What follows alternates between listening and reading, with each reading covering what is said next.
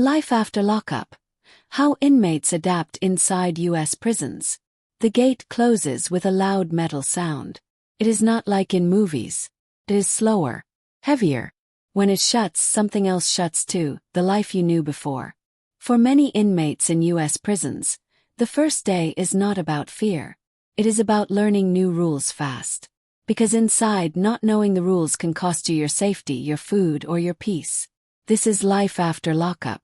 And this is how inmates really adapt inside U.S. prisons. The first night is the hardest. The lights never fully turn off. There is noise everywhere. Doors clanging, men coughing, someone yelling in the distance. The bed is thin metal. The mattress feels like paper. Most new inmates do not sleep. They listen. They learn fast that prison has its own language. A look can mean danger. Question can mean a test. New inmates are called fish. Everyone knows they are new. The way they walk, the way they look around, the way they hold their things too tight. On the first night, many inmates make one mistake. They talk too much. Inside prison, silence is safer than stories. You do not ask why someone is here. You do not ask about gangs. You do not stare. The goal of the first night is simple.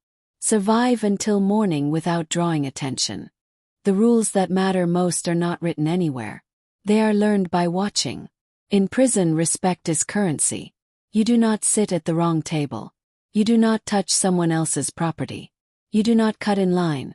Not for food, not for phones, not for showers. Every unit has groups. Some are based on race. Some on where you're from. Some on shared time or shared trouble. Not joining a group can be risky. Joining the wrong one can be worse. New inmates learn fast that favors are never free. Borrowing food. Borrowing soap. Borrowing stamps. Everything comes with a price, sometimes not right away. Smart inmates learn to say one word often. No. Time inside prison does not move like time outside. Day feels long. A week feels endless. Inmates break time into small pieces. Breakfast. Count. Yard. Lunch. Count again. Routine becomes survival. Some inmates work prison jobs. Kitchen, laundry, cleaning floors. The pay is tiny, but the purpose is huge. Work makes the day move faster. Others count time by letters from home. Phone calls. Visits behind glass. Missing these hurts more than hunger. Inside you learn patience not because you want to but because you must. Prison changes the mind. Some inmates become quiet. Some become angry. Some become numb. Privacy disappears. You are always watched. Always counted. Always told where to stand and when to move. To survive, inmates build mental walls. They focus on small goals. Reading one book. Doing one workout. Getting through one more day without trouble. Others escape into routines. Push-ups, pacing, writing the same letters again and again. But not everyone adapts. Some lose hope. Some lose control. And inside prison, losing control can change everything. Trust inside prison is like glass. Once broken, it never comes back the same. Friendships exist, but they are careful. People listen more than they speak. Secrets are kept short. A cellmate can become family or a threat. Sharing space teaches hard lessons. You learn how to sleep with noise. How to ignore insults. How to protect your dignity without starting a fight. Every day is about balance. Be strong but not loud. Be respectful but not weak. One wrong move can follow you for years inside. After months or years, something changes. The outside world feels far away. Music changes. Slang changes. Even faces in photos look unfamiliar. Some inmates begin to forget who they were before prison. Others hold on to that memory like oxygen. They remind themselves, this is not who I am. This is where I am. But adapting inside prison often means becoming someone new. Someone tougher, quieter, more guarded. And the longer you stay, the harder it becomes to imagine life beyond the gate. Because adapting to prison is one thing.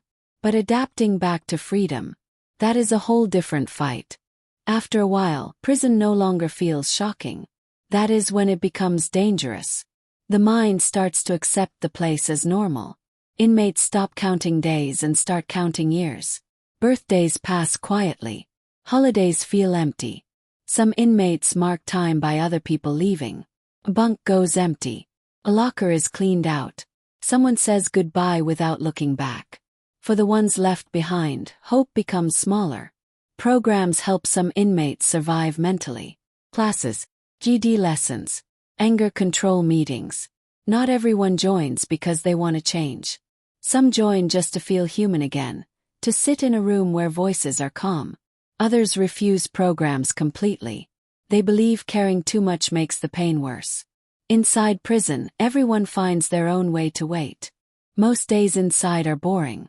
But boredom hides danger. Violence in prison rarely starts with shouting. Starts with looks. With rumors. With silent decisions made days before. Many fights are not about anger. They are about respect. An insult left unanswered can follow someone forever. But responding can bring serious punishment. So inmates walk a thin line every day. Some learn how to talk their way out of trouble. Some rely on reputation. Some rely on staying invisible. When violence happens, it happens fast. No music. No slow motion. Just chaos, then silence. Afterward, life goes back to routine like nothing happened. And that is one of the hardest things to accept. Family is both a lifeline and a wound. Letters become treasure. Photos are touched carefully like they might break. Phone calls are short and expensive. Voices change. Children grow up through words. Some families stay strong. Others slowly fade away. Inmates learn not to ask questions they are afraid to hear answers to. Every goodbye on the phone hurts. But not calling hurts more. Many inmates hide their pain. Crying is private. Missing home is quiet. Because inside prison, showing sadness can be seen as weakness. As release gets closer, fear grows. Freedom sounds good. But it is unknown. Some inmates have been inside longer than they were free. They fear crowds. Choices. Noise. Inside prison, every decision is made for you. Outside, every mistake is yours again. Some inmates worry they will not fit in. That the world moved on without them. Others fear failing their families a second time. Strangely, some inmates feel safer behind the walls. Prison is hard but predictable. Freedom is wide and fast and unforgiving. The day of release does not feel real. Paperwork. Waiting. More waiting. Then the gate opens. There is no celebration. Just air that feels different. Some walk out smiling. Some walk out silent. The habits of prison follow them. Looking over shoulders, waking early, staying alert. Even outside, prison stays inside the mind. And adapting does not stop here. Because surviving prison is only half the story. Learning how to live after it is the chapter that decides everything. Freedom does not erase prison. The first nights outside are strange. Rooms feel too quiet. Beds feel too soft. Many former inmates wake up early, ready for count. Their bodies remember rules that no longer exist. Loud sounds cause panic. Crowds feel unsafe. Small problems feel big. Some former inmates miss the structure. Inside prison, life was controlled. Outside, choices are endless, and that is scary. People expect happiness. But healing is slow. Outside feels faster. Phones are smarter. Jobs are online. People speak differently. Former inmates feel behind. Simple tasks feel complicated. Filling forms, using apps, finding work. Some are welcomed home. Others return to empty houses. Friends may be gone. Some avoid them. Some do not trust them. The label ex-con follows everywhere. And adapting means proving yourself again. Every single day. Freedom brings temptation. Old neighborhoods. Old friends. Old habits. Stress builds fast. Bills, rejection, shame. One bad decision can undo years of waiting. Some former inmates relapse into crime not because they want to, but because it feels familiar.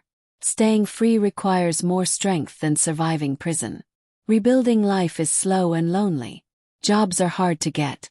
Trust is earned inch by inch. Some former inmates find support in programs. Mentors. Counseling. Faith groups. Others build new routines, workouts, work, quiet nights. Success looks different now. Sometimes success is just staying free one more day. Some make it. They find stable work. They repair family bonds. They build new lives. They use prison as a lesson, not a label. Their past stays with them. But it does not control them. These stories rarely go viral. They are quiet, steady, real. Others return. Not always because they failed, but because the system failed them. No housing, no work, no support. The gate closes again. And the cycle repeats. Prison teaches survival.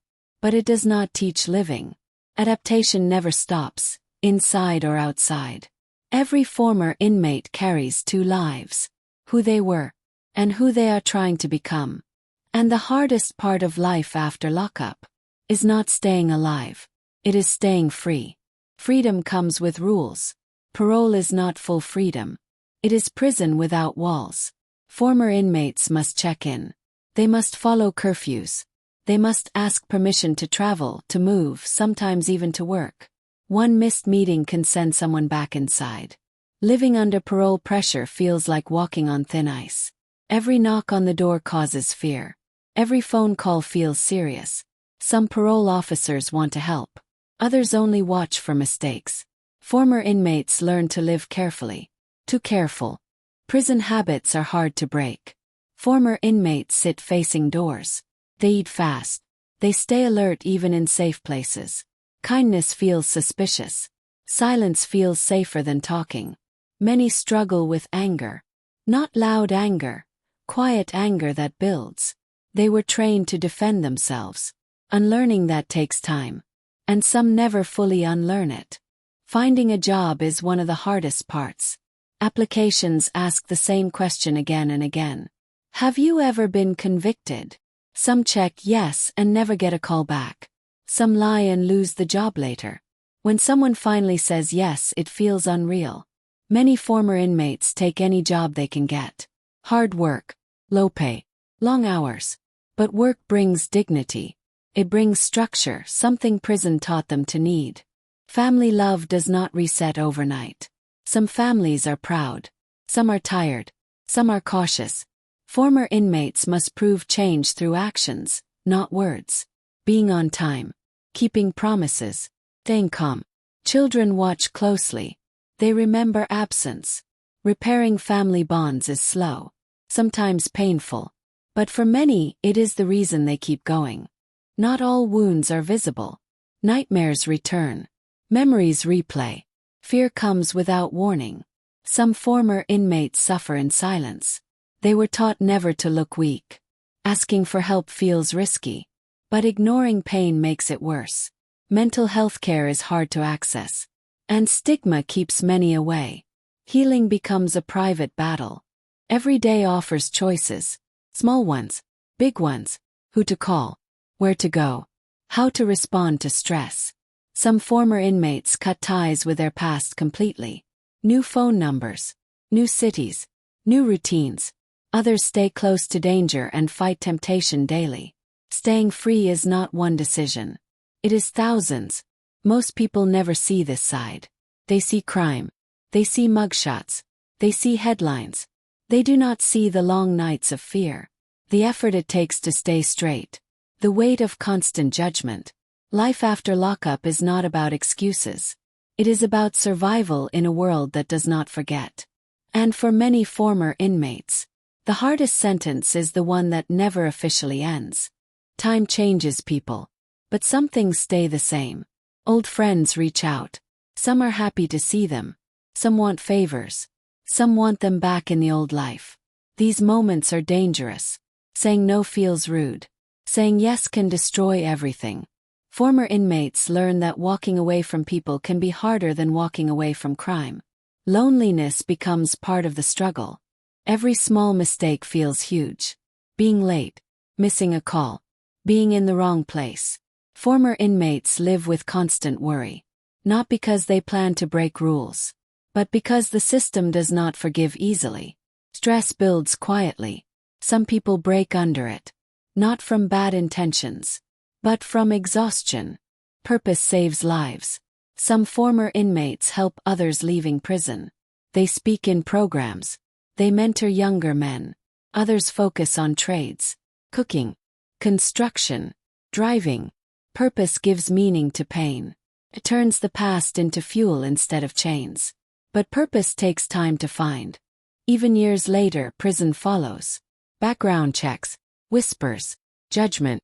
Some people never fully trust them again. Former inmates learn to live with that shadow.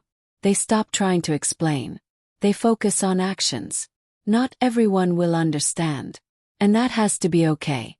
There is a question former inmates ask themselves late at night. Who am I now? Not the crime. Not the sentence. Not the number. Just a person trying to live right. That question does not have an easy answer. And the search for it never really ends. Life after lockup is not a straight line. There are good days, bad days, days where quitting feels easier. But each day free matters. Choice matters. And for those who keep going, the story is still being written. Outside prison, life moves fast. Cars rush by. People check phones while talking. Everything feels urgent. Former inmates struggle with this speed. Inside prison, every move was slow and controlled. Outside, decisions come quickly. What do you want to eat? Where do you want to go? What do you want to do next? These simple questions feel heavy. Many former inmates feel overwhelmed and tired.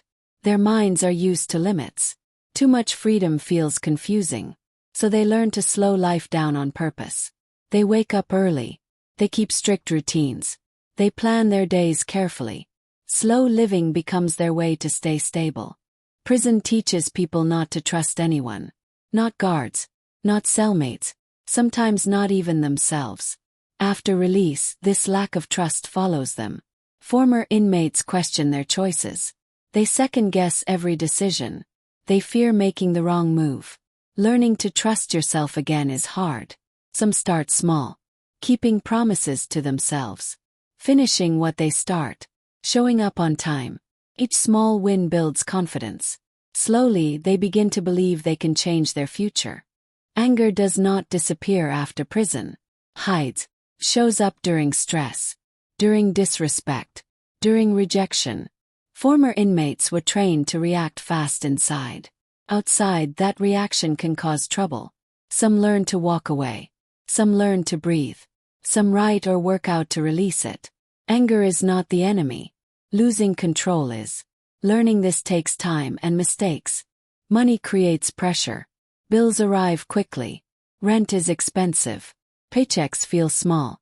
Former inmates often start with nothing. No savings. No credit.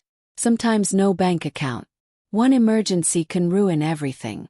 Some feel tempted to return to fast money. Legal money. Easy money. Resisting that temptation takes strength every day. Those who survive learn to live simple. They buy less. They save slowly. Stability becomes the new goal. True friendships are rare after prison. Many former inmates lose old connections. Some people only cared about who they were before. New friendships take time. Trust grows slowly. Conversations stay safe at first. Personal stories come later. When real friendship forms, it feels powerful. Someone who listens. Someone who believes. Someone who does not judge. These friendships help replace the life left behind. Bad days still come. Days when nothing works. Days when rejection hurts. Days when prison memories feel close. On these days, former inmates fight invisible battles. They remind themselves why they left that life. They remember the sound of the gate closing. They remember the pain. Getting through bad days becomes a skill. 1 hour at a time. One choice at a time. Some former inmates become examples. Not famous. Not rich. Just steady. They show younger people that change is possible. They speak honestly without glamorizing crime. Their stories are real. Messy. Hard. And because of that, they matter. This may be the hardest part. Forgiving yourself. Former inmates replay their past often. They think about victims. About lost years. About missed moments. Guilt can crush progress. Some learn that accountability and forgiveness can exist together. They accept responsibility, but refuse to stay trapped in shame. Forgiving yourself does not erase the past. It allows a future. Life after lockup never becomes perfect, but it can become honest, stable, meaningful. Every day free is a quiet victory. No cameras, no applause, just a person choosing a better path. And the story does not end here, because adaptation never stops. And the next chapter is still unfolding. Even years after release, awareness never leaves. Former inmates notice exits in every room. They watch people's hands. They listen closely to tone and body language. This is not paranoia. It is training that never shuts off. Inside prison, awareness kept them alive. Outside, it can be exhausting. Relaxing feels unsafe. Letting guard down feels wrong. Some learn how to slowly retrain their minds. They remind themselves, this place is safe. These people are not threats. But that reminder must be repeated again and again. Simple things feel big. Walking alone at night. Choosing food at a store. Closing a door for privacy. Former inmates appreciate small freedoms deeply. Things others never think about. But joy can also bring sadness, because freedom reminds them of time lost. They feel happy and guilty at the same time. Learning to enjoy life without punishment is a lesson of its own. Some people know their past. Some can sense it. A look that lasts too long. A question asked carefully. Former inmates learn when to speak and when to stay silent. They do not owe everyone their story. But silence can feel heavy. Some choose honesty. Some choose privacy. Either way, judgment still exists. Learning not to let it control their actions takes strength. Structure saves many lives. Wake-up time, work hours, meals, sleep. Without structure, chaos creeps in. Too much free time leads to bad thinking. Old habits whisper. Former inmates often build strict routines, even stricter than before. Friends may not understand, but routine brings safety. Some former inmates find help late. Counselor who listens. Boss who gives a chance. A neighbor who believes. These moments feel rare and powerful. One person's belief can change everything. It reminds them they are more than a record. But accepting help is hard. Pride and fear fight inside. Learning to receive support becomes part of healing. Setbacks happen. Lost job. Failed test. A broken relationship. Setbacks hurt more when you work so hard. Some former inmates feel close to giving up. The thought of returning feels heavy. But setbacks do not erase progress. Those who keep going learn this truth slowly. Surviving is instinct. Living is choice. Prison taught survival well. Living must be learned from scratch. Living means planning, dreaming, caring again. Feels risky. But some begin to allow hope carefully. Some former inmates speak to youth. They do not scare them. They do not brag. They tell the truth. They explain boredom, regret. Their words carry weight because they lived it. Sometimes one honest story changes a young life. Former inmates stop calling themselves former inmates. They become workers, parents, mentors, neighbors. The past remains, but it no longer leads. Identity changes slowly. And that change is powerful. Life after lockup is not a finish line. It is a long road with turns. Some days feel strong. Some feel fragile. But walking forward matters. And this story is not finished yet. Life after lockup is not about bars or walls. It is about what prison leaves behind. The habits, the fear, the strength, the scars no one sees. Inside prison, people learn how to survive. Outside, they must learn how to live. Without a script, without protection, without second chances. Some fall. Some rise. Most struggle quietly in between. This is not a story about excuses. It is a story about reality. Behind every record is a human being. Someone who adapted to survive. And now fights every day to stay free. Because the gate does not decide who they become. The choices after it do. And that fight, that daily, invisible fight, is the real life after lockup.